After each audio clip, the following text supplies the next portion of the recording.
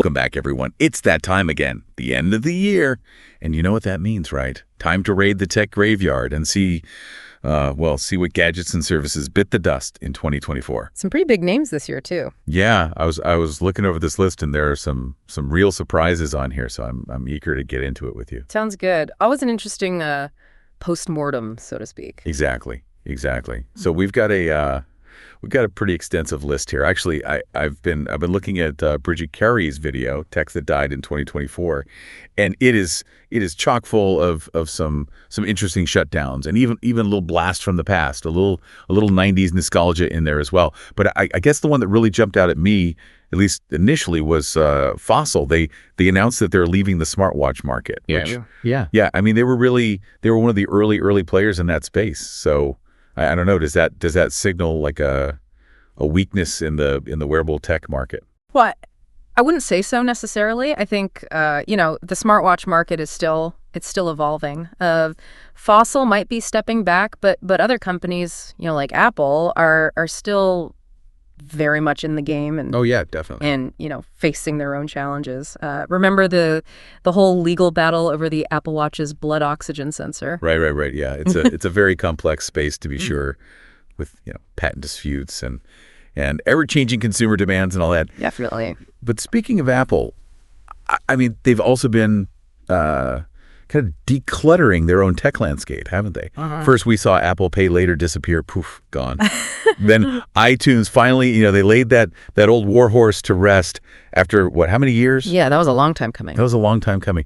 But then they turn around and they're offering Windows apps to replace some of the iTunes functionality. So, I mean, are we seeing a softer side of Apple? Are they kind of admitting defeat in a way and saying, okay, fine, you can use Windows if you want? I don't think it's so much about admitting defeat. I think it's more about, consolidating their ecosystem. They want everything to work seamlessly within their own world. And whether that limits consumer choice, well, that's a whole other deep dive, I guess. Right. Got to keep it all in the Apple family, so to speak. Pretty much. But the streamlining didn't stop there. So, I mean, they also decided to discontinue their USB SuperDrive this year, so no more, popping in those old CDs and DVDs. Which, you couple that with the news that Best Buy is halting physical movie sales and Redbox is struggling to stay afloat. Is this it? Is this the final nail in the coffin for physical media? You're a big fan of old movies and all that.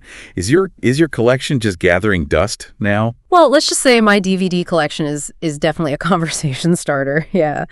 But seriously, while streaming is definitely king these days, I do think that physical media will always have its niche. Like, remember vinyl records? They made a comeback, right? Driven by audiophiles and collectors, and there's something to be said about holding a physical copy of something. Having that tangible object. Yeah, it's not just about the content, right? It's about the experience, the whole ritual of it. Exactly.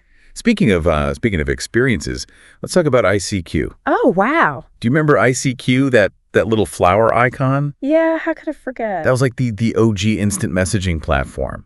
And they finally pulled the plug after what, like 27 years? 27 years. 27 years. I mean, it really does feel like the end of an era. Where do we go from here? What's the next evolution of instant messaging look like? That's a great question. I mean, we've come a long way from those early chat rooms to the feature-rich messaging apps that we have today. I think, maybe we'll see even deeper integration with other aspects of our digital lives. Imagine your messaging app seamlessly connecting you to work tools, to social networks, even shopping platforms, all in one place. That's both incredibly convenient and slightly terrifying at the same time. Yeah. But, I guess it does seem to be the direction that everything's heading. Everything's kind of converging. Definitely. And speaking of converging, or perhaps diverging in this case, let's move over to Google, because they just seem to love launching and then shuttering apps. It's like their favorite pastime. Right. So this year, their digital graveyard welcomed Google Pay, Google Podcasts, their Stack PDF scanner, the Google One VPN, and even Jamboard, that very pricey digital whiteboard. What's going on over there? Can you decipher their strategy? Is it just a game of digital darts at this point? I wouldn't say it's random. I think they're constantly experimenting, right? Trying to streamline their offerings. Sometimes that means merging services. Sometimes that means just letting go of the ones that aren't performing, as well as they might have hoped. Look at the Chromecast, for example. They discontinued the Chromecast app and introduced the Google TV streamer. So, essentially the same functionality, but repackaged maybe to capture a different market segment. The old rebranding. The old rebranding strategy, right? It's amazing how a new name can just breathe life into a familiar product. Exactly. But sometimes even rebranding isn't enough. You're right. Not everything they touch turns to gold. That's for sure. And that brings us to the category that I think we can all agree on, the thank goodness it's gone category. Oh, yeah. And I want to start with Meta's celebrity AI chatbots. Do you remember those? Yeah. I tried talking to the virtual Paris Hilton. Not exactly a stimulating conversation, let's just say. Yeah. And then there was Snapchat's Pixie drone. Yeah. The flying camera that was known to overheat a little bit. Talk about a fiery demise. Yeah. What do you think about these short-lived fads? Why do you think they failed to capture our attention? Well, I think they really highlight, that crucial balance between functionality and public perception. Mm-hmm. Sometimes the technology might be impressive, but if it doesn't resonate with users, or worse, it creeps them out. Yeah. It's just destined to fail. Remember that robot dog that Boston Dynamics was developing? Yeah. Spot. Yeah, I mean, it got a lot of attention, but I think it mostly just fueled our anxieties about robots taking over the world. Yeah. It never really found a practical everyday use case. Right. Kind of like Spotify's car thing, right? A dedicated music streaming device for your car. Yeah. Didn't really set the world on fire, did it? And again, I think it's because people were already comfortable using, their smartphones for the same purpose. Right. It's like they say, sometimes the best technology is the technology you already have in your pocket. Yeah. Speaking of things that didn't quite click with the public, Boston Dynamics actually did retire one of their robots this year, Atlas. Do you remember Atlas? Oh yeah. The humanoid robot that could do backflips. Yeah, that was pretty impressive. Yeah. They're working on a new electric humanoid now. So I don't know. What are your thoughts on the future of these sorts of robots? Will they ever truly integrate into our lives, or will they always remain in the realm of science fiction? I think humanoid robots definitely they evoke a lot of different emotions, right? From fascination to fear, and they have enormous potential in various fields. I mean, from manufacturing to healthcare, but they also raise these complex ethical and societal questions about automation and job displacement, and even our own relationship with technology. It's something we need to consider very carefully as these technologies continue to develop. It's a conversation we need to be having for sure. And on that note, I think we should wrap up this segment of our tech graveyard tour with a story that's a little bit more bittersweet. Moxie. Do you remember Moxie? Moxie. The adorable little AI robot companion for kids? Yeah. They lost their funding. They're facing an uncertain future, and it's particularly sad because so many kids had formed genuine bonds with these little robots. Yeah. Is this kind of a cautionary tale about our increasing reliance on cloud services? What happens to these devices when the servers go dark? It definitely raises some important questions about the sustainability of cloud-dependent devices, especially for products that are aimed at children where strong emotional attachments can form. Imagine the heartbreak if a child's beloved robot companion just suddenly stopped working because the company shut down the servers. Oh, that's heartbreaking. It really underscores the responsibility that comes with creating technology that becomes such an integral part of people's lives, especially children's lives. But on a lighter note, well, maybe we can take a moment to remember these gadgets and services with a little bit of humor, right? I mean, some of them were pretty out there. Yeah, you're right. It's easy to get caught up in the seriousness of tech advancements and everything, but sometimes he's got to laugh at the flops, at the fumbles. Exactly, like that virtual reality headset that promised to transport you to another world, but ended up making you feel like you were stuck in a washing machine. Or that smart refrigerator that could order groceries for you, but kept mistakenly ordering pickles every week.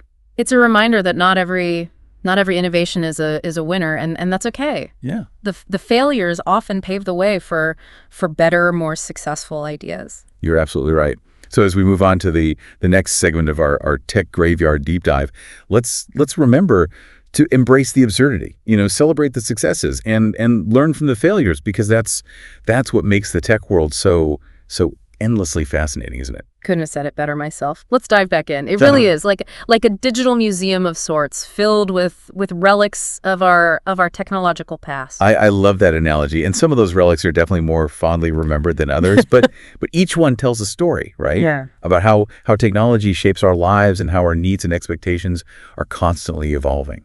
Exactly, yeah. And that brings us to a thought-provoking question for our listeners. What seemingly indispensable piece of tech do you think might be in next year's graveyard? Ooh, that's a tough one. Any predictions from you? It's hard to say for sure, but I wouldn't be surprised to see, maybe a decline in single-purpose devices as our smartphones become even more powerful and versatile. Yeah, that makes sense. I mean, why carry a separate GPS device when your phone can do the same thing, right? Precisely. And as augmented reality and artificial intelligence advance, we might see our smartphones taking on even more roles, potentially replacing devices we currently rely on. It's mind-boggling to think about what our smartphones might be capable of in just a few years. But that also makes me wonder, are we becoming too reliant on these devices? What happens if we lose them or if they malfunction? That's a valid concern. It's important to remember that technology is a tool, and like any tool, it can be used for good or for bad. It's up to us to use it responsibly and to maintain a healthy balance in our lives. Well said. And speaking of balance, I think we've done a pretty good job of balancing the serious and the lighthearted in this deep dive into the tech graveyard. We've mourned the loss of some beloved gadgets. We've chuckled at some epic fails, and we've pondered the implications of emerging technologies. It's been a fascinating journey through the evolution of technology, wouldn't you say? And it's a journey that never really ends, does it? There's always something new on the horizon, some innovation that promises to change the world. You're absolutely right, and that's what makes it so exciting to follow. So as we wrap up this episode, let's raise a virtual toast to the gadgets and services that are no longer with us. May they rest in peace in the great digital beyond. Here to the tech that shaped our lives for better or for worse, and to the constant evolution of technology which always keeps us on our toes. And to our listeners, thank you for joining us on this exploration of the tech graveyard. We'd love to hear your thoughts. What tech do you think will disappear in 2025?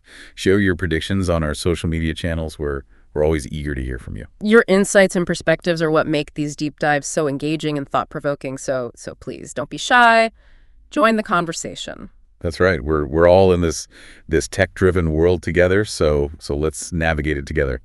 Until next time, stay curious, stay informed, and keep exploring the ever-evolving landscape of technology. It really is a never-ending cycle.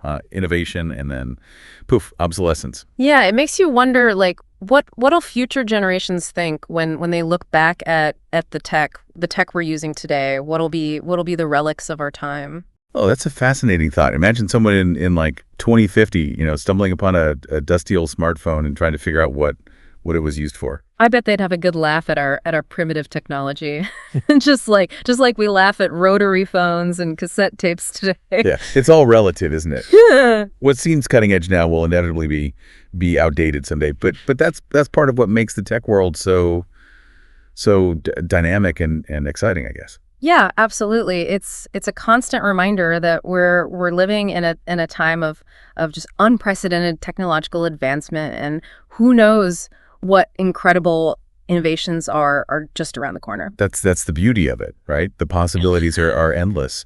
And as we wrap up this deep dive into the tech graveyard, I think we've learned some valuable lessons. Definitely. We've seen how quickly things can change in the tech world, how even the most dominant companies can stumble, and how important it is to stay adaptable and embrace new ideas.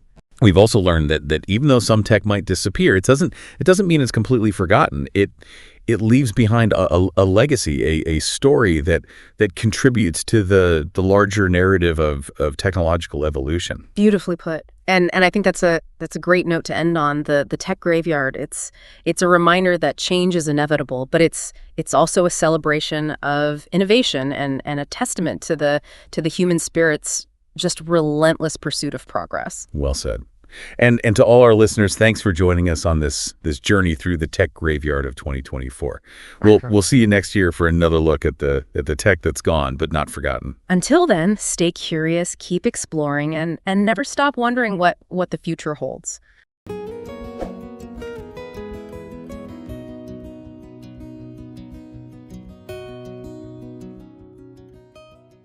Please like this video and subscribe to our channel. For more detail, you can visit our blog website www.evergreentechtips.com.